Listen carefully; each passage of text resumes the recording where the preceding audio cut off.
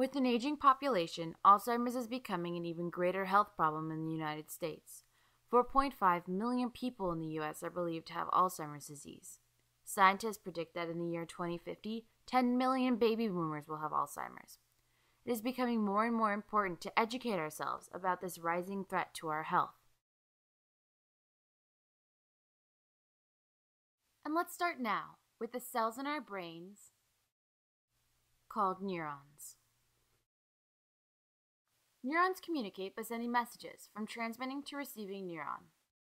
They do so by releasing a chemical message into the space between them called the synapse.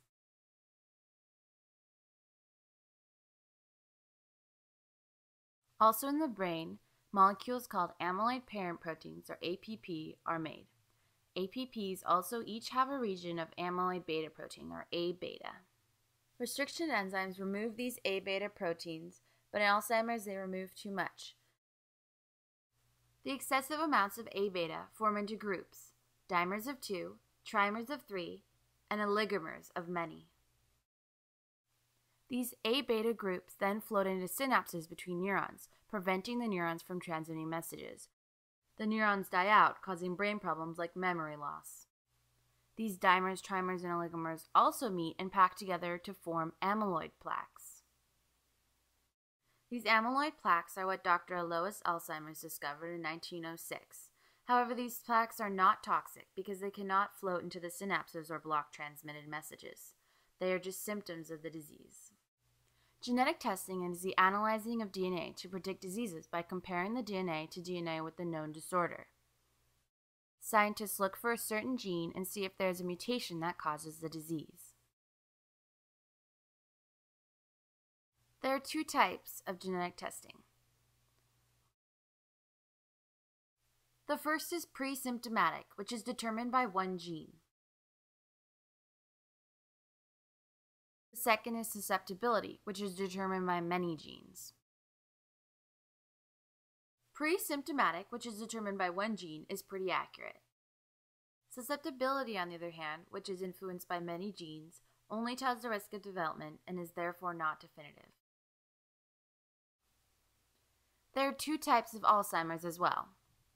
The more common of the two, late onset, forms in people's ages 65 and up. Early onset is more rare, progresses faster, and is found in people ages 30 to 60.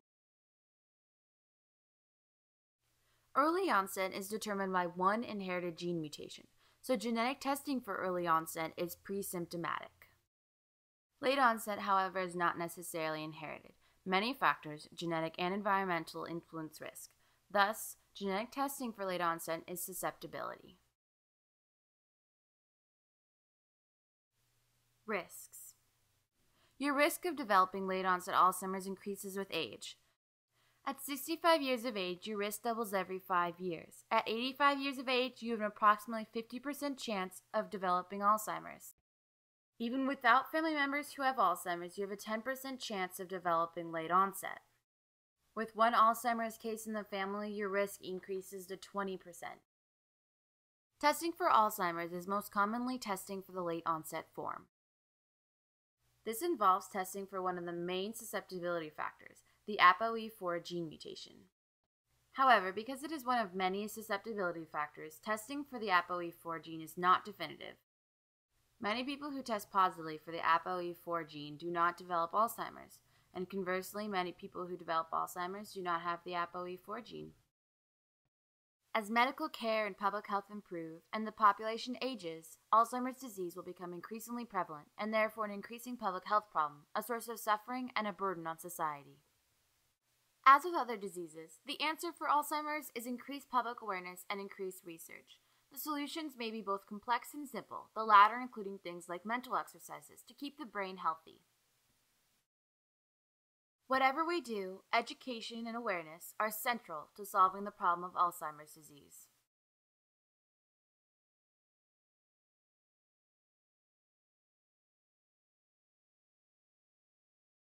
Making this movie was a great deal of fun, and I am so thankful to my mom, my dad, and my friends Lauren and Rachel for their support.